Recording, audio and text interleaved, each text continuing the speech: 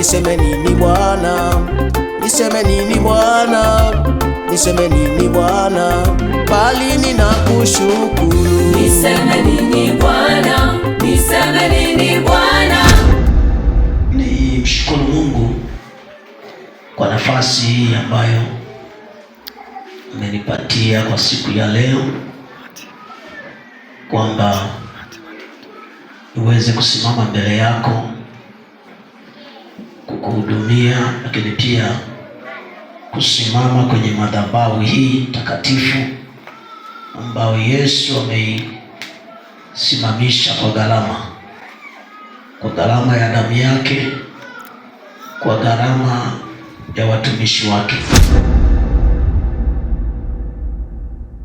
Alipoiumba ardhi, nayo aliipa kuzaa, na akamwambia mwanadamu, nchi na izae matunda kwa jinsi yake. Maana yake imzalie nani? Imzalie Adamu. Kutoka kwenye ardhi Adamu angepata mtoto ama uzao unaitwa chakula cha tumbo lake. Kutoka kwenye ardhi Adamu angepata fedha ambayo ingemsaidia mahitaji mengine. Kutoka kwenye ardhi imepewa kuzaa. Kwa maana hiyo, kuna kitu kinachozaliwa mahali pako, adui huwa anakitafuta, naye huwa anakishambulia. Anajua akishambulia uzao, ameharibu kile kizazi, ameharibu mbegu hiyo. Wengi wameshambuliwa uzao wa biashara, baadaye walifunga biashara. Walishambuliwa uzao wao, matumbo yao, baadaye sangine ndoa ilivunjika. Kwa nini? Kwa sababu hakuna tunda na zao la ndoa. Kama kuna mtu mmoja ananielewa, aseme amen. Kwa hiyo vita vya uzao, malaika wana nafasi kubwa ya kupigana hii vita. Kwa nini? Kwa sababu wakati umeshikilia mbegu ya kitu kwenye ulimwengu wa roho, hesabu ya matunda ya mbegu hiyo yanakuwa yanasomeka. Wale wanaoanza biashara, matokeo ya biashara hiyo yanasomeka kwenye ulimwengu wa roho, kwamba ni kwa viwango gani huyo mfanyabiashara atastawi. Wakati mtu anafanya huduma, matokeo ya huduma yake yanakuwa yamehesabika kwenye ulimwengu wa roho. Viwango vya huduma yako, wenda ni huduma ya kuimba, wenda ni huduma ya utoaji, wenda ni huduma ya ushuhudiaji, wenda ni huduma ya kichungaji kama mimi, hesabu ya matunda yako, wakati Bwana anakuita, alijua viwango vyake. Na adui ili azuie, yamkini asikuzuru wewe, akazuru kitakachozaliwa, maana ndiyo mwendelezo wa uwepo wako. Kama kuna mtu mmoja ananielewa, afanye hivi. Pigia Yesu makofi mengi.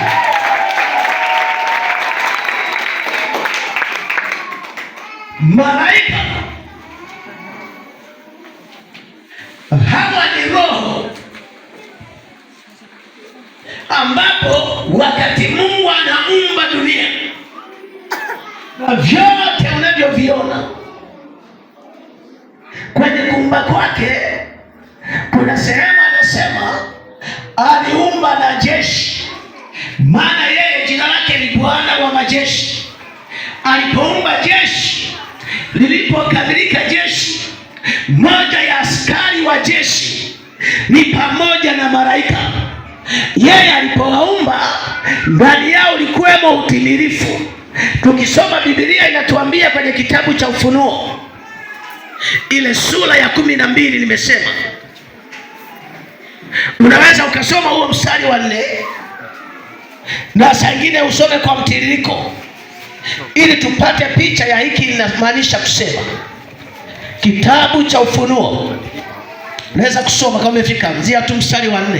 Kitabu cha Ufunuo sura ya 12 mstari wa 4 anasema na mkia wake wakokota theluthi ya nyota za mbinguni. Na mkia wake wakokota theluthi ya nyota za mbinguni, na kuziangusha katika nchi. Na kuziangusha katika nchi. Na yule joka akasimama mbele ya yule mwanamke. Yule joka akasimama mbele ya yule mwanamke aliye tayari kuzaa. Hebu sema mwanamke.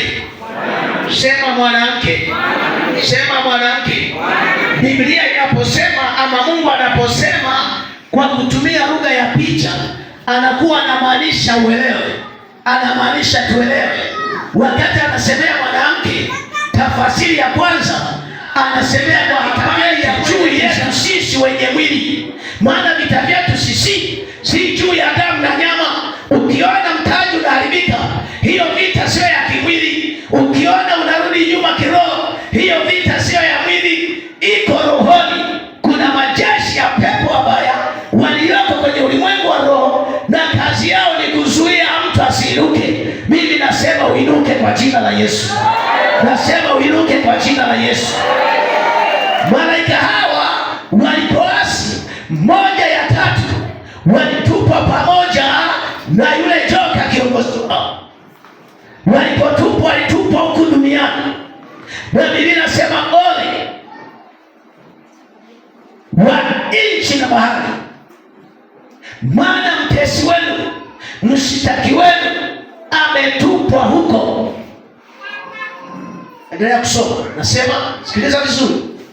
Anasema ili azaapo amle mtoto wake. Yule joka mbele ya mwanamke sio kumshambulia mwanamke, anasubiri kizaliwacho na mwanamke ili akitafune. Ndio mstari wa 7. Kwa 7, kulikuwa na vita mbinguni. Kawa na vita mbinguni. Mikaeli na malaika zake wakapigana na yule joka.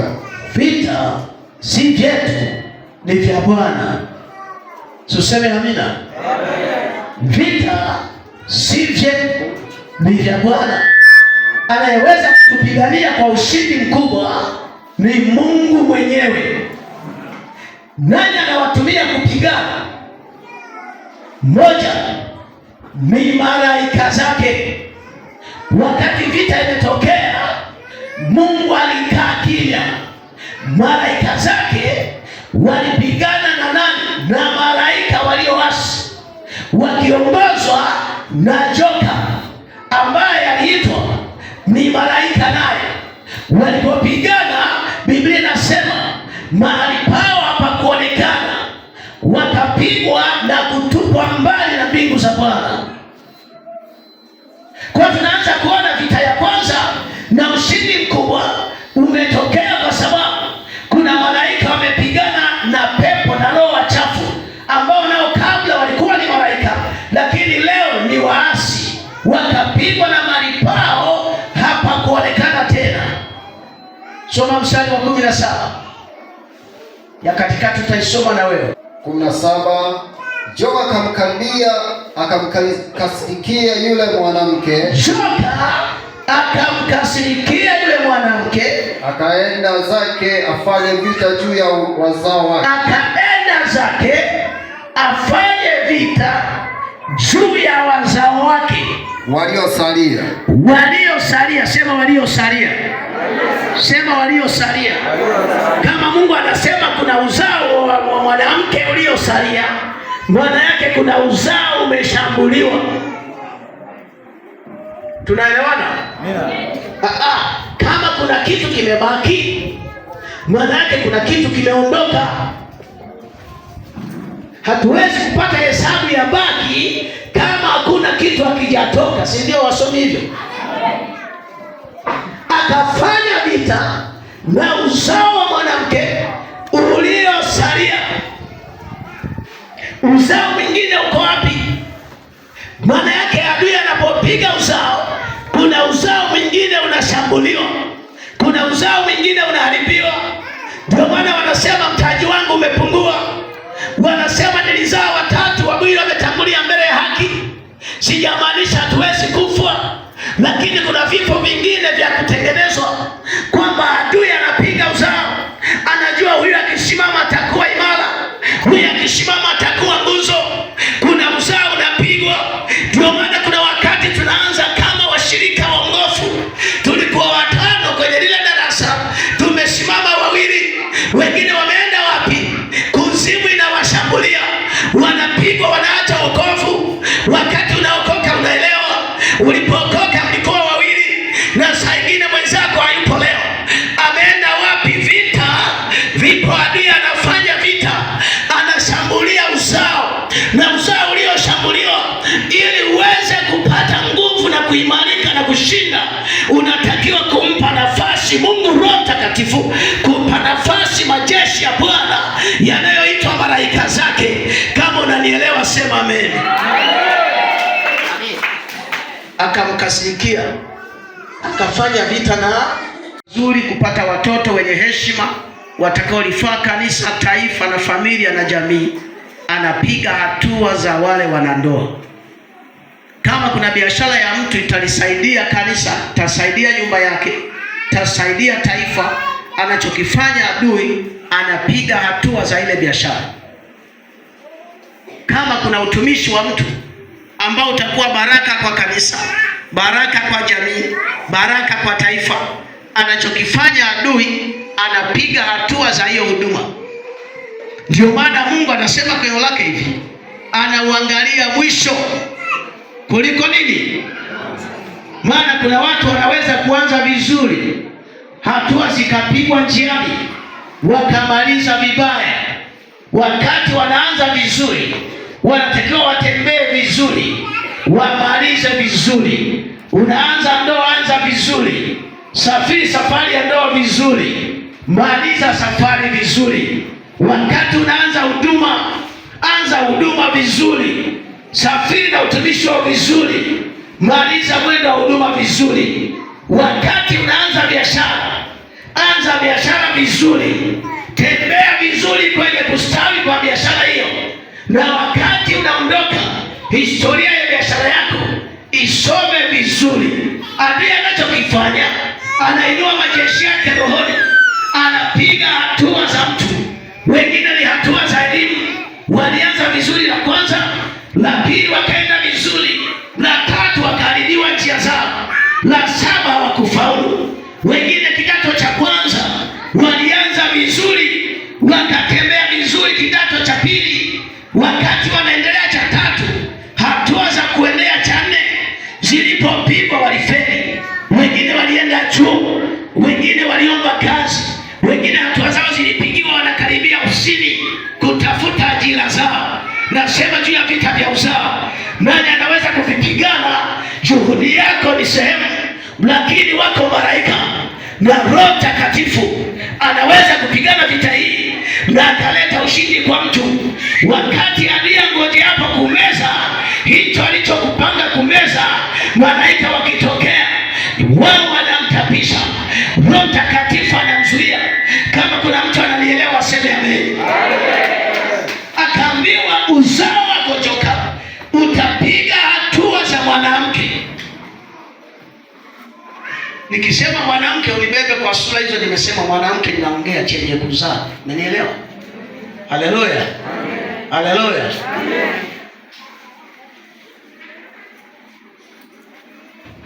Sasa moja ya nafasi ya malaika, andika nafasi ya kwanza walionayo.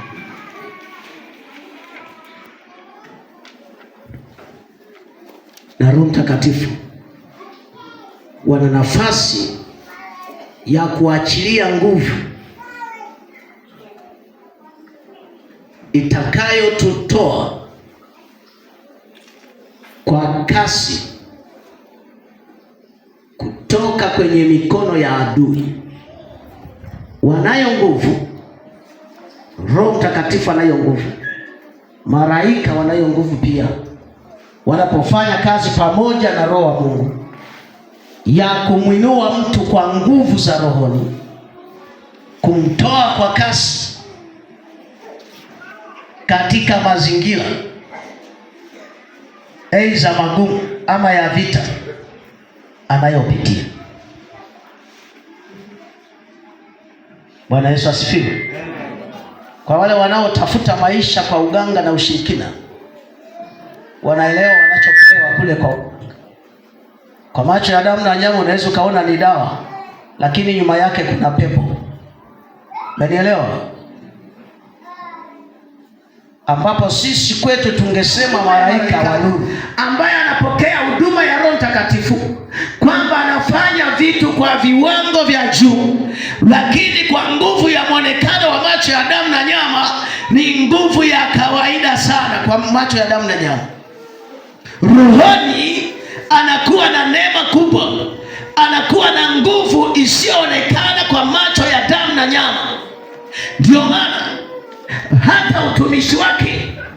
hata kazi yake, hata familia yake, ustawi wake ni wa viwango vya juu. Ni hivyo kwa pande zote, iwe ni upande wa giza ama upande wa nuru. Walio gizani wana viwango wanafikia vya nguvu za pepo. Walio nuruni wamchao Bwana, Bwana huachilia juu yao utendaji kazi wa malaika, na wanapoachiliwa malaika watasimama kila mmoja kwa wajibu kulingana na haja ya mtu. Kama mtu anashambuliwa, watainuka malaika wa vita. Kama mtu anahitaji mpenyo, watainuka malaika wafanyao njia. Kama mtu anapita kwenye mazingira magumu, watasimama wapiganao vita. Muulize Danieli wakati wa vita yake kwamba na maombi ya siku 21 na hazikuhesabiwa tokea mwanzo, kwamba wakati anaanza malaika aliachiliwa kuleta majibu, lakini rohoni kulikuwepo na nguvu inamzuia. Na ndipo tunaona kuna malaika akatokea aliyekuja kupigana vita vya Danieli. Halafu malaika wa ujumbe kwa Danieli akaleta ujumbe kwa Danieli. Ndivyo alivyo maisha ya watu wa Mungu, kwamba wakati unaelewa hiyo nafasi malaika, ukawapatia nafasi yao, ukampa Roho Mtakatifu nafasi yake, upinzani ulioko rohoni yuko atakayepigana kwa ajili ya huo. Kama ni upinzani wa kiafya atapigana, upinzani wa kiuchumi atapigana, upinzani wa kihuduma atapigana. Akawaambia Israeli, simameni mkaone wokovu wa Bwana. Hawa Misri mnawaona, hamtawaona tena milele. Bwana atawapigania na ninyi mtanyamaza kimya. Kuna mtu mmoja akaimba wimbo na mfurahia, mwenzenu sipiganagi mwenyewe, ninapiganiwa na Baba. Unajua wimbo? Anajua hii si. Bwana asifiwe. Wangapi wanatamani Bwana wahudumie katika hilo? Peperusha mkono wako hivi. Haleluya. Zaburi ya 34:7. Zaburi ya 34:7. Zaburi ya 34:7. Soma msomaji wangu. Anasema kitabu cha Zaburi sura ya 34 mstari wa 7. Malaika wa Bwana hufanya kituo, malaika wa Bwana hufanya kituo, akiwazungukia wamchao na kuwaokoa, akiwazungukia wamchao na kuwaokoa. Sema, malaika wa Bwana hufanya kituo, akiwazungukia wamchao na kuwaokoa. Kuokolewa ni kutoka kwenye hatari, si ndio? Watu wanapookoka na jambo baya, huenda ni ajali, wanasema wamekufa 7, mmoja ameokoka. Kuokoka ni kutoka kwenye hatari.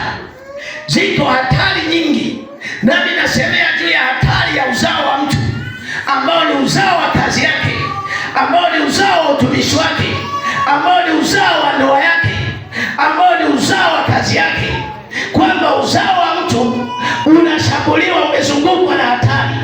Biblia inasema malaika wa Bwana hufanya matuo, huweka kambi, wakimzunguka mchaye Bwana.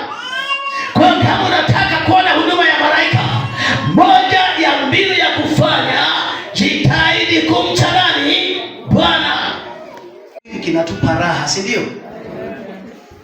Je, cha Bwana? Sema raha zaidi. Sema raha sana.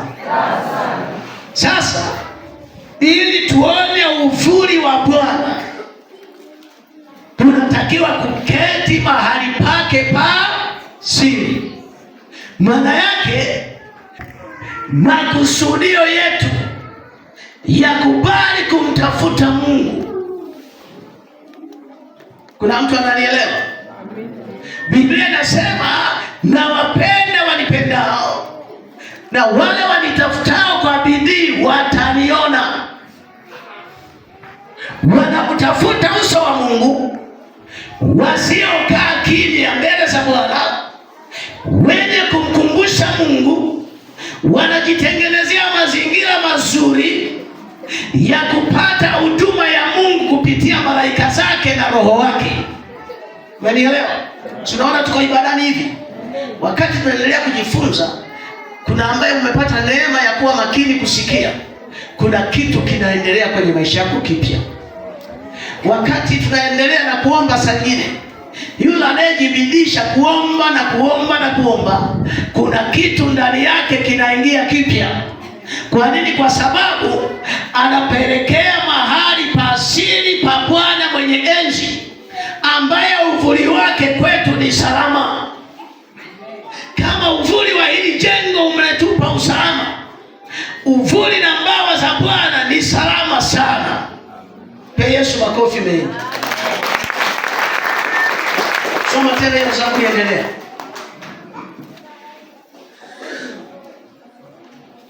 Anasema mstari wa pili, nitasema Bwana ndiye kimbilio langu, nitasema Bwana ndiye kimbilio langu na ngome yangu, na ngome yangu, Mungu wangu nitakaye mtumaini, Mungu wangu nitakaye mtumaini.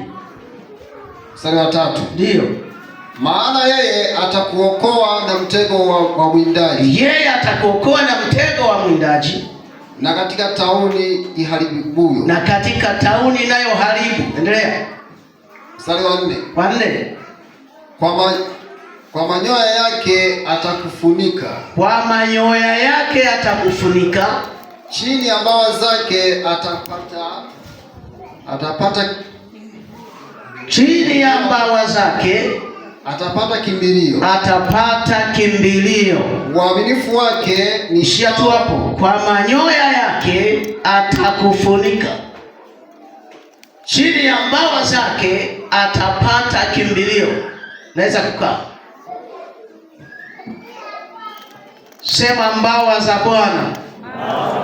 Sema mbawa za Bwana huwafunika wale wanaoingia silini pake.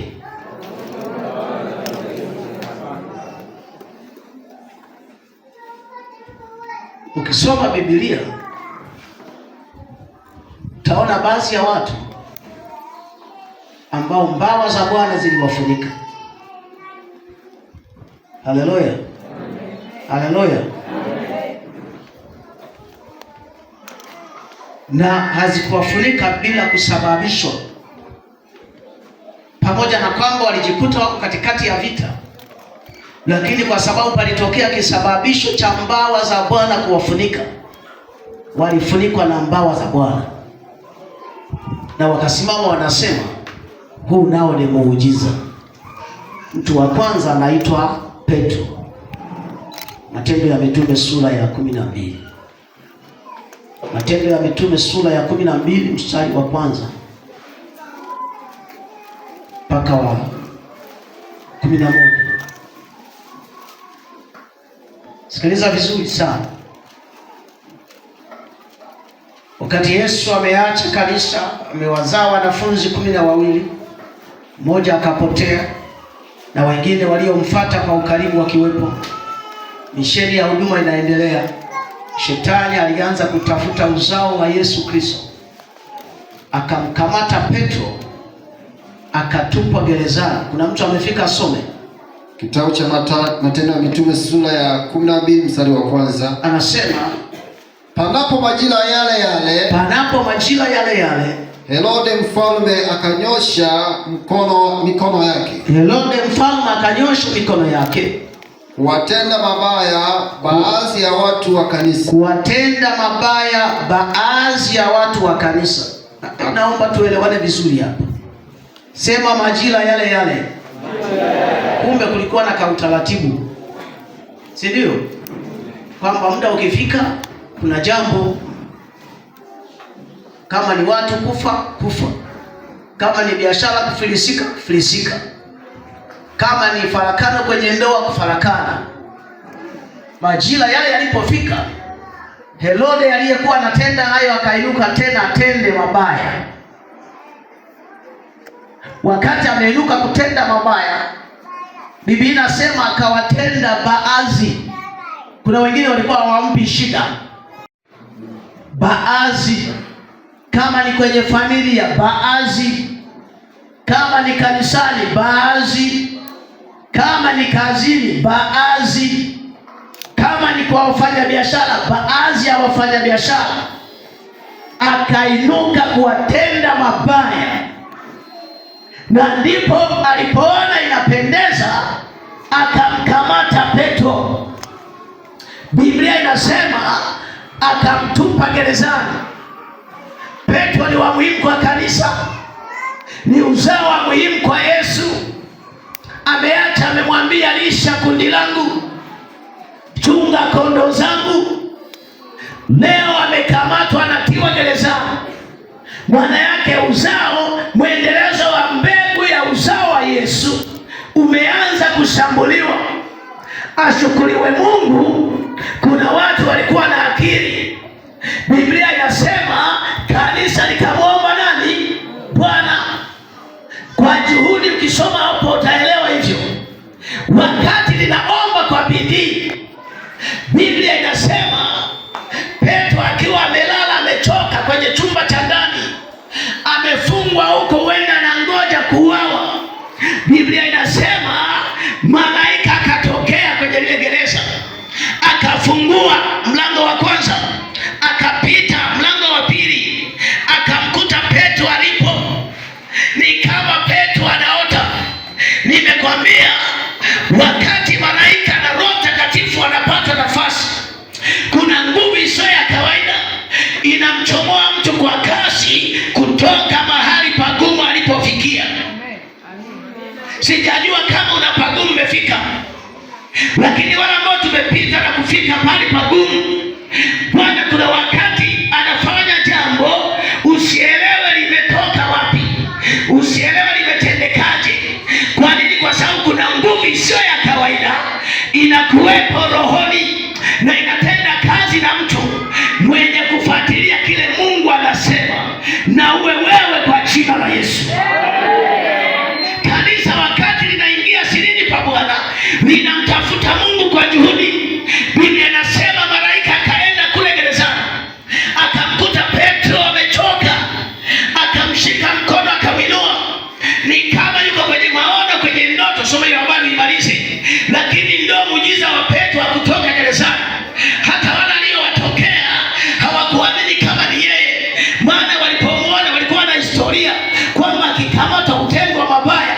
Wanamuona, walifikiri ni kivuli chake, ama saa ingine ni malaika wake, ama ni mzimu, vyovyote walivyofikiri, lakini alikuwa ni Petro halisia, kwamba alikuwa gerezani, haiko gerezani tena, kwamba wewe ni mgonjwa, utakuwa si mgonjwa tena, kwamba umeonewa, utaonewa tena, kwamba wanaharibu za wako, hawaharibu tena. Wakati malaika wakiingia kazini, kilichoshikiliwa gizani kitatoka gizani, kitakuwa mahali pako bila shaka, katika jina la Yesu. Bwana Yesu asifiwe. Kwamba wakati malaika wanapata nafasi, watafanya jambo ambalo akili ya kawaida haitaweza kuelewa, mawazo ya kibinadamu hayataweza kuelewa. Nasema juu ya uzao unaoshambuliwa, mbegu ya inayotarajiwa kuzaa inashambuliwa inachokizaa. Huwezi amini ambayo yanaweza tokea kama malaika atapata nafasi. Anaingiaje kazini? Kwa maombi yako, kwa utii wako kwa Bwana. Kama unanielewa sema amen. Niombe sasa usimame mahali ulipo. Wakati unasimama, ni vizuri moyo wako, akili yako, mawazo yako yaone ni eneo lipi ambalo adui anapitisha mashambulizi. Kama ni kwenye uzao, kama uzao wa kibinadamu, wengine tunapita kwenye mashambulizi ya vizazi vyetu. Moyo wako uelekeze huko wakati tunaomba. Kama ni eneo la kazi ya mikono, hivyo. Kama ni elimu, hivyo. Tunaweza kuitoa hii madhabahu. Niombe usimame. Simama tu kwa uaminifu kabisa. Simama kwa uaminifu. Asante. Asante. Funike macho yako sasa. Funike macho yako. Tulie tu hapo ulipotulia, na kupa maelekezo huko. Na ninatamani uwe na usikivu huko madhabahuni. Wakati umefunika macho yako, inua mikono yako juu. Shemasi, mnatusaidia utulivu.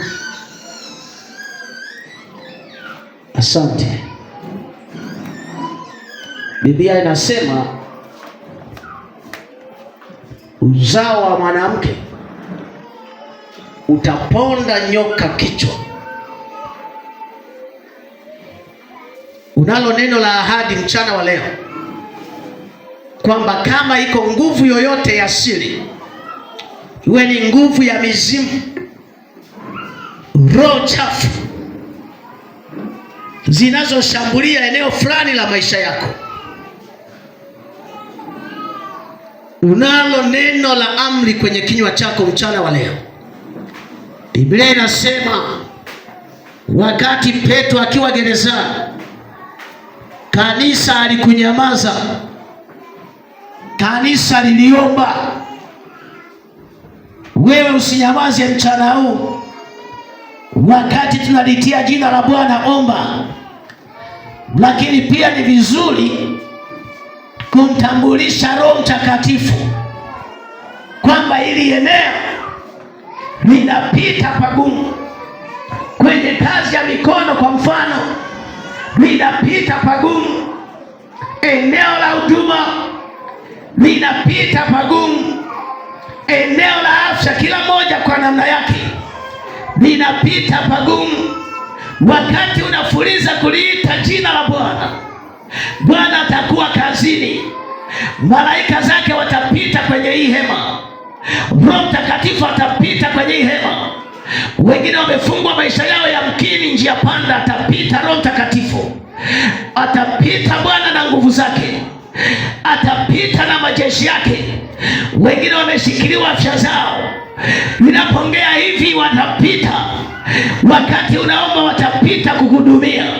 Sema kwa damu ya Yesu, kwa damu ya Yesu, mchana wa leo, mchana wa leo, sema kila vita, kila vita, iwe eneo la uchumi, eneo la afya, eneo la familia, eneo la kazi, eneo la kiroho, vita yoyote inayoshambulia uzao wangu, uzao wangu, uzao wa baraka, sema kila vita, iwe ya giza, vita ya pepo, vita ya kichawi, kila vita ambayo ni inayopita mchana wa leo, na kama tanyundo ambayo ni neno la Bwana, kwa jina la Yesu, kila pepo, kila nguvu za giza, kila vita, kila walinzi, kila maskari wa ulimwengu wa roho, wewe ni mizimu, wewe ni pepo,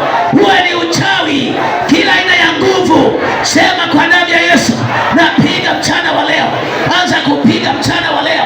Kama wanashambulia afya, kama wanakushambulia kiafya, wanakushambulia kiuchumi, wanakushambulia kiroho, wanakushambulia kihuduma, omba tu kwa uaminifu.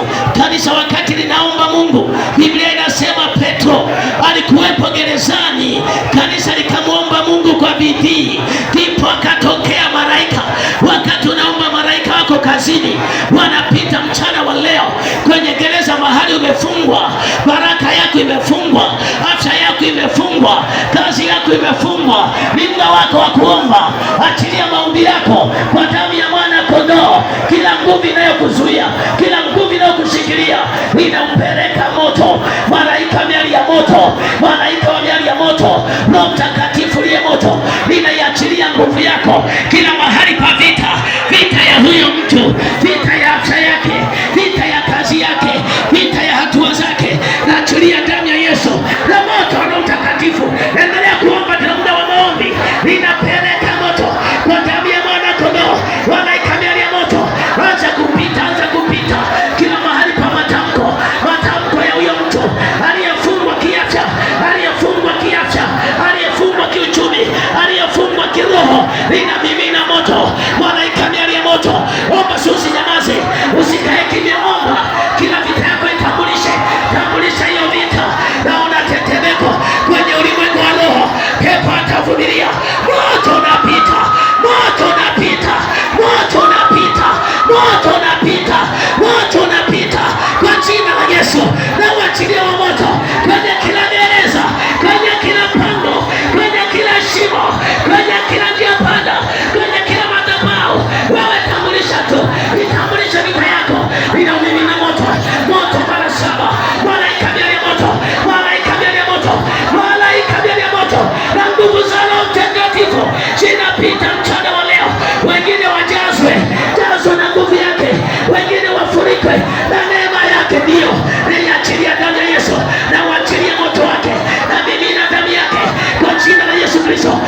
nguvu ya roho chafu, kila nguvu ya pepo mbaya, kila nguvu ya mashambulizi, waachie wa uzao wako, waachie baraka yako, waachie mchana wa leo, waachie. Pigana, pigana, usikae kimya, pigana hiyo nguvu, piga, ponda kichwa cha adui kwa damu ya mwana kondoo, kwa damu ya mwana kondoo, kwa damu ya mwana kondoo, kwa damu ya mwana kondoo. Ninapita tetemeko kwenye ulimwengu wa roho, kila nguvu izuiayo, kila majeshi ya pepo, kwa jina la Yesu ninaagiza moto, ninaachilia moto, Bwana sama moto, kwa damu ya Yesu, kwa damu ya Yesu, kwa damu ya Yesu, kwa damu ya Yesu. Endelea kuomba, usinyamaze. Ninamimina moto kwenye hilo eneo, ndio hawatavumilia. Walinzi, walinzi, walinzi, walinzi, walinzi, walinzi, walinzi, walinzi hao, walinzi, liwa moto, liwa moto, liwa moto. Malaika miali ya moto, malaika wa upanga, malaika wa vita, pita mchana wa leo, pita kwa jina la Yesu, pita kwa jina la Yesu, pita kwa jina la Yesu, pita kwa jina la Yesu, pita kwa jina la Yesu, pita, pita, pita, pita, pita, unapita moto kila mahali walikozuia, kila mahali walikokushikilia. Wewe ni mizimu, roho za mizimu, sikia mizimu, nguvu ya mizimu, sikia, uliyefunga kizazi, uliyefunga uzao, uliyefunga hiyo baraka, unayezuia huo upenyo, na kuapisha leo, na kuapisha tia kwa damu ya mwana kondoo, kwa damu ya mwana kondoo, kwa damu ya mwana kondoo, kwa damu ya mwana kondoo, katika jina la Yesu, kwa damu ya mwana kondoo, katika jina la Yesu. Kila nguvu inayozuia, kila nguvu inayokuzuia, kila nguvu inayozuia, inayoshambulia mtaji, inayoshambulia kazi, inayoshambulia biashara, inayoshambulia uchumi, inayoshambulia afya, inayoshambulia ndoa, inayoshambulia watoto, inayoshambulia elimu, kwa damu ya mwana kondoo ipigwe kwa radi, ipigwe kwa radi. Radi ya Bwana, malaika wa Bwana, majeshi ya Bwana yapite mchana wa leo kwa damu ya Yesu. Endelea kujiachilia, endelea kujiachilia, jazwa na nguvu yake, jazwa na uwepo wake. Funikwa mchana wa leo, funikwa, funikwa, funikwa kwa damu ya Yesu, funikwa kwa damu ya Yesu, funikwa kwa damu ya Yesu, funikwa kwa damu ya Yesu, funikwa kwa damu ya Yesu, funikwa kwa jina la Yesu. Hiyo naiachilia, hiyo neema inapita kwako, inapita kwako kwenye vita yako, inapita, inapita. Hata kama walilisha, walikulisha kwenye tumbo, inapita kwako, inapita mchana leo kwa damu ya Yesu, kwa damu ya Yesu. Naachilia msako kwenye ulimwengu wa roho, waliolisha vya kufisha kwenye matumbo yao, kwenye matumbo yao, kwenye matumbo yao. Nasema na hilo tumbo lilolisha uchawi, unleash fire, moto wa Bwana, moto upite, moto upite, moto upite kwenye hilo tumbo, kwenye hilo tumbo, moto upite kwa damu ya Yesu, kwa damu ya Yesu, kwa damu ya Yesu, kwa damu ya Yesu. Wachia hilo tumbo, wachia hilo tumbo, wachia hilo tumbo. Na mimi na moto, na mimi na moto, na mimi na moto. Ganzi, walipiga ganzi miguu yake kwenye ulimwengu wa roho, na peleka moto. Achia hiyo miguu, achia nyayo zake kwa damu ya Yesu. Unapita moto kwenye hiyo miguu, moto unapita, moto kwenye hilo tumbo, moto unapita, moto kwenye hatua zako. Nguvu za giza, nguvu za pepo, nguvu za mizimu, nguvu za majini, anza kuachia, anza kuachia, anza kuachia. Napeleka moto kwa damu ya Yesu Kristo. Pambana, pambana, wasishikilie, wasishikilie baraka yako. Pigana, pigana kwenye ulimwengu wa roho. Hiyo ni vita, pigana, pigana kwa jina la Yesu. Kila nguvu za giza zinazoshikilia baraka yako, afya yako, kazi yako, uchumi wako, uzao wako, tumelofungwa, tumelofungwa, tumelofungwa, tumelofungwa, tumelofungwa. Piga pepo uliyefunga tumbo, na mimi na moto kwako, na mimi na moto kwako. Waliofunga matumbo, matumbo ya vizazi, kimbia, toka. Wewe uliyefungwa kwenye gereza na tumbo ya vizazi, na mimi na moto kwenye tumitovu, na alika moto kwa damu ya Yesu. Moto lao, moto lao, moto lao, moto lao,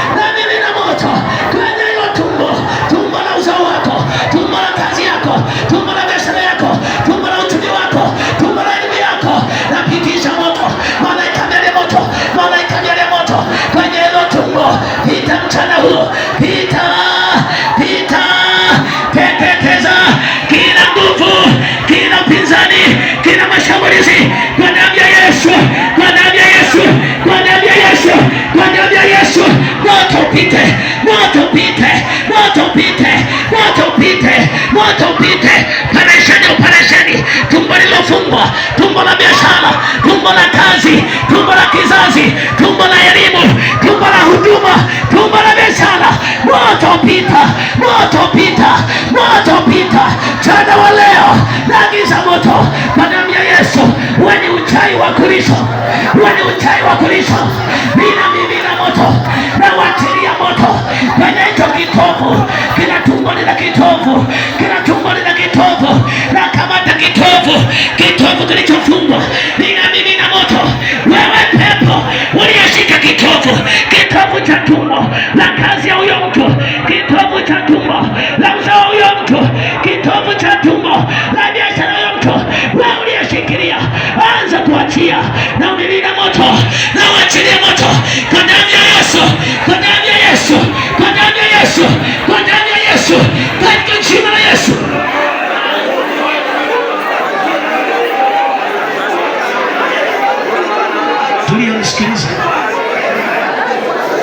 Tulionisikiliza,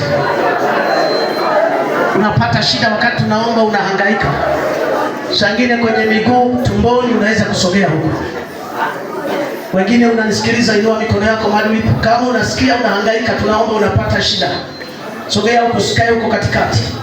Unasikia hiyo changamoto, inua tu mikono yako, tulia kabisa. Nataka niombe na wewe sasa, nikuombee. Tulia, kizabu yangu nikuombee. Funika macho yako. Ambao umepata changamoto, tunaomba, unasikia kuhangaika, unaweza kusogea huko. Tulia kabisa, tukae kimya. Inua mikono yako, funike macho, utulie. Tulia tu. Nasema na kila nguvu iliyojificha, kila nguvu ya siri, pepo, roho za giza, uliyefunga tumbo la kizazi, uwe ni uzao wa afya. Maana hata afya inaweza potea, inaweza kuwepo. Uliyefunga uzao wa kazi, uliyefunga uzao wa kimwili, uliyefunga uzao wa kihuduma, ninasema na miguu uliyoifunga, ninasema na mikono uliyoifunga, nasema na tumbo ulilolifunga. Kila aliyefungwa tumbo lake, wengine walilishwa vya kufisha, ninasema na tumbo lililomezeshwa vya kufisha, hilo tumbo litavumilia. Ninapitisha moto ndani yake, malaika miali ya moto ndio wamekamatwa aliyekaa. Haya, nenda, nakuapisha leo, nakuapisha mwachie, chomoka, nenda sadaka, nakuapisha kwa jina la Yesu. Mwachie huyu binti, achia hatima yake kwa damu ya Yesu, kwa damu ya Yesu. Kila aliyefungwa tumbo lake chenye kuzaa, mikono yake ilipewa kuongezeka, mikono yake ilipewa kustawi. Sikia, uliyefunga mikono ya huyo mtu, ninasema na hiyo mikono, uliyefunga hatua za huyo mtu, nasema na hizo hatua kwa damu ya Yesu, kwa damu ya Yesu huyo, kwa damu ya Yesu huyo. Kila nguvu inayozuia, ninaupeleka moto, malaika miali ya moto, malaika miali ya moto katika jina la Yesu, malaika miali ya moto katika jina la Yesu, malaika miali ya moto, pita moto, pita moto, pita moto. Mwingine amekamatwa, huyo hatavumilia, hawezi vumilia kwenye hilo kaburi, hatavumilia. Walikuita kwenye kaburi, wakasema utumemshikilia, hatavumilia. Kwa damu ya mwana kondoo Yesu, huyo msajeni ya mama, huyo amekamatwa, huyo amekamatwa, huyo amekamatwa, huyo amekamatwa, huyo. Mwachie nafsi yake, nenda huyo. Ninapeleka moto kwake, ninapeleka moto kwake. Walikomzika, walikomzika, walikomzika, walikomzika, walikomzika, walikomzika, walikomzika, walikokuficha, walikokuzika, walikokuficha tumbo lako, uzao wako, baraka yako, kimbia joo, kimbia joo, kakoko, kakoko, kakoko, kakoko, kaka. Wachia mikono yake, mikono yake waiachie leo. Kimbia mwanamke, joo, ninakuita joo, naita uzao wako. Kimbia, njoo, sio huko wewe, njoo, njoo, sio huko, njoo, njoo. Malaika wako inue kwenye ulimwengu wa roho, inuliwa juu. inuliwa juu. Bwana amesema kwa mbawa zake yeye atakukumbatia. Kumbatio la Bwana, kumbatio la Bwana, kumbatio la Bwana, kumbatio la Bwana, kumbatio la Bwana, kumbatio la Bwana kwenye mikono yake, kwenye ufahamu wake, kwenye maisha yake. Pokea hiyo neema, pokea neema. Hata kama ulifunga akili zako ukasema akili zake tunazitumia, ninakamata ufahamu, walioshika ufahamu wake kwa damu ya Yesu, kwa damu ya Yesu, kwa damu ya Yesu, kwa damu ya Yesu, kwa damu ya Yesu. Sikia sauti inakuita njoo, inakuita kimbia. Wewe sio huko, njoo, inakuita njoo kwa damu ya Yesu. Malaika wa vita waingie kazini, wakuhuishe mchana wa leo. Njoo kwa jina la Yesu. Ndio waachilie nafsi yake kuanzia sasa, kuanzia sasa. Hiyo nafsi, hiyo nafsi waiachie. Malaika wa vita uliyekuweko gerezani kwa Petro, ulipita lingo la kwanza, lango la kwanza, lango la kwanza. Anza kupita, anza kupita mpaka kwenye chumba cha siri walikomficha, walikomficha, walikomficha uso wake, walikomficha baraka yake, walikomficha maisha yake. Malaika penya, penya, penya, penya, penya, penya, penya, penya, penya hicho walichoficha cha kwake, wakiachia mchana wa leo. Penya jeshi la malaika, penya na nguvu za Roho Mtakatifu, penya. Fanya msako mchana wa leo, fanya msako kwenye pango, fanya msako njia panda, fanya msako kwenye miti mibichi, fanya msako makaburini, fanya msako, fanya msako, fanya msako, fanya msako, fanya msako. Pita, rejesha, rejesha yule aliyetekwa, rejesha yule aliyefungwa, rejesha yule aliyetekwa, rejesha, rejesha, rejesha kwa damu ya Yesu, kwa damu ya Yesu, rejesha. Watavumilia walinzi, walinzi wakati wa Petro wakuvumilia, walianguka kama wafu. Ninapiga walinzi, wawe ni mizimu na wapiga, wawe ni majini na wapiga. Piga mizimu hiyo, piga mizimu, piga mizimu, piga mizimu, piga mizimu, piga walinzi, piga walinzi, piga walinzi, piga walinzi, piga walinzi, piga walinzi, piga walinzi, piga walinzi, piga walinzi, piga walinzi, piga walinzi. Malaika upanga, malaika upanga, kamata walinzi, kamata wasimamizi, kamata wasimamizi, kamata majini, pepo, uchawi, nguvu za giza, nguvu za mizimu. Pigwa achia, pigwa achia, pigwa achia, pigwa achia, pigwa achia. Maisha yake achie, achia baraka zake, ndio achia uhai wake, achia tumbo lake, niachie leo. Na mimi na moto vizazi waliofungwa matumbo yao, wanisha uchawi kwenye matumbo yao, na mimi na moto kwenye hilo tumbo, laika moto kwenye hilo tumbo, laika moto, laika moto. Malaika wa miali ya moto, malaika wa upanga, sheka waliomzingira. Joka, joka, joka kwenye tumbo lake, wajoka kwenye tumbo. Sikia joka uliyekaa tumboni kwake, piga majoka, piga majoka. Kanisa unaweza kuomba, piga majoka, piga roho ya joka, piga roho ya joka, piga roho ya joka, piga roho ya joka, piga roho ya joka. Waliomezwa majoka, waliomezwa na majoka, waliomezwa majoka kwenye matumbo yao, piga majoka. Vichwa vyao vinapondwa, vinapondwa, vinapondwa, vinapondwa, vinapondwa, vinapondwa. Teketea, malaika wa upanga pita, ponda hicho kichwa cha joka, cha joka, cha joka, cha joka. Aliyemeza uzao wake, aliyemeza hatima yake, aliyemeza baraka yake, aliyemeza uzao wake. Kila joka mezo na moto, mezo na moto, mezo na moto, mezo na moto, mezo na moto, mezo na moto, mezo na moto, mezo na moto. Moto Bwana, mezo na moto kwa jina la Yesu. Kila joka liwa moto, liwa moto, liwa moto kwa damu ya Yesu, kwa damu ya Yesu, kwa damu ya Yesu, kwa damu ya Yesu, kwa damu ya Yesu, kwa damu ya Yesu, kwa damu ya Yesu, kwa damu ya Yesu. Tumbo lake sio chakula chenu, sio makao yenu. Hili tumbo ni moto, hili tumbo ni moto, hili tumbo ni moto. Haya mwachieni, piga mizimu, piga mizimu, piga roho za watu, piga roho za makundi, piga ziachie, na piga maisha yake, na piga leo kwa damu ya Yesu. Mwachie, mwachie, fanya raka, piga tena, ondoka, piga tena, ondoka. Mwachie, anaitwa madhabahu ya Bwana, inamuita madhabahu ya damu ya mwana kondoo, inamuita madhabahu ya damu ya mwana kondoo, inamuita mchana wa leo. Kimbia, njoo kwa damu ya Yesu, kwa damu ya Yesu, kwa damu ya Yesu, kwa damu ya Yesu, kwa damu ya Yesu, kwa damu ya Yesu. Njoo mchana wa leo, njoo mchana wa leo, njoo mchana wa leo. Nguvu za giza, nguvu za mizimu, nguvu za pepo, toka ndani yake. Malaika wa vita, ingilia kati, ingilia kati. Piga hao pepo, piga hao majini, piga uchawi, piga hizo nguvu za giza kwa damu ya Yesu, kwa damu ya Yesu, kwa damu ya Yesu, kwa damu ya Yesu, kwa damu ya Yesu. Hata beba hiyo mikoba, hiyo mikoba hawezi kubeba, hawezi kubeba. Mtumishi wa Mungu huyu, fanya haraka, wachie roho za giza, ondoka, nenda, wachie, fanya haraka, fanya haraka, wachie. Ninapiga matoo yenu, piga matoo yenu, piga matoo yenu, ninawasha moto. Hiyo mikoba inaungua, wala hataibeba, wala hatabeba, wala hatabeba.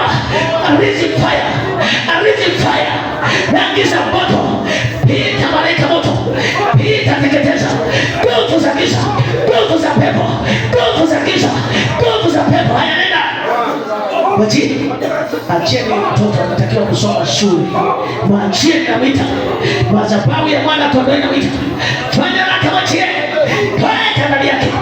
Malaika wa miali ya moto, pita kwenye gereza walikomfunga, pita. Hata kama walivalisha vitu, wana alama zao kwenye huu mwili, ninafuta hizo alama, nazifuta kwa damu ya Yesu.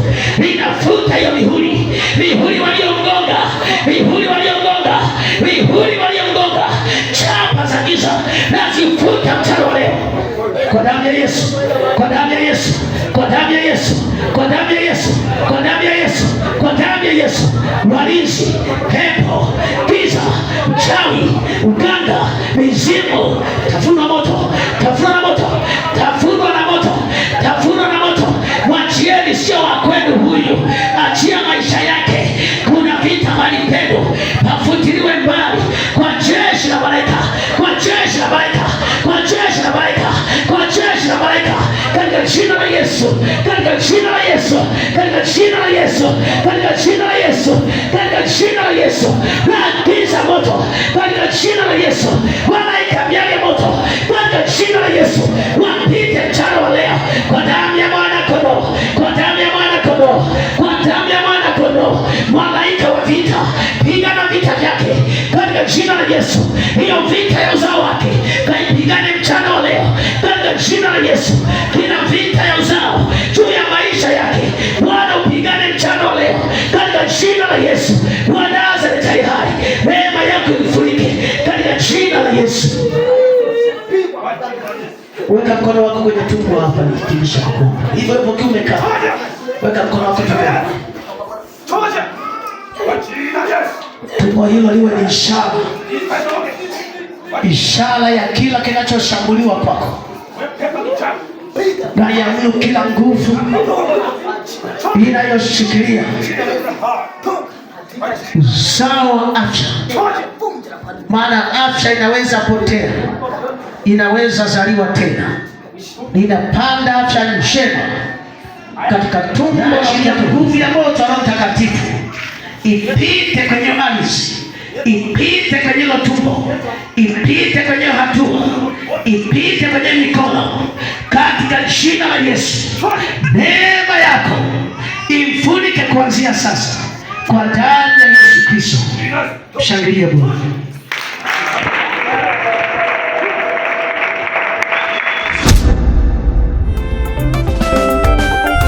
Neema, neema, neema, neema, neema, neema, neema imefunuliwa.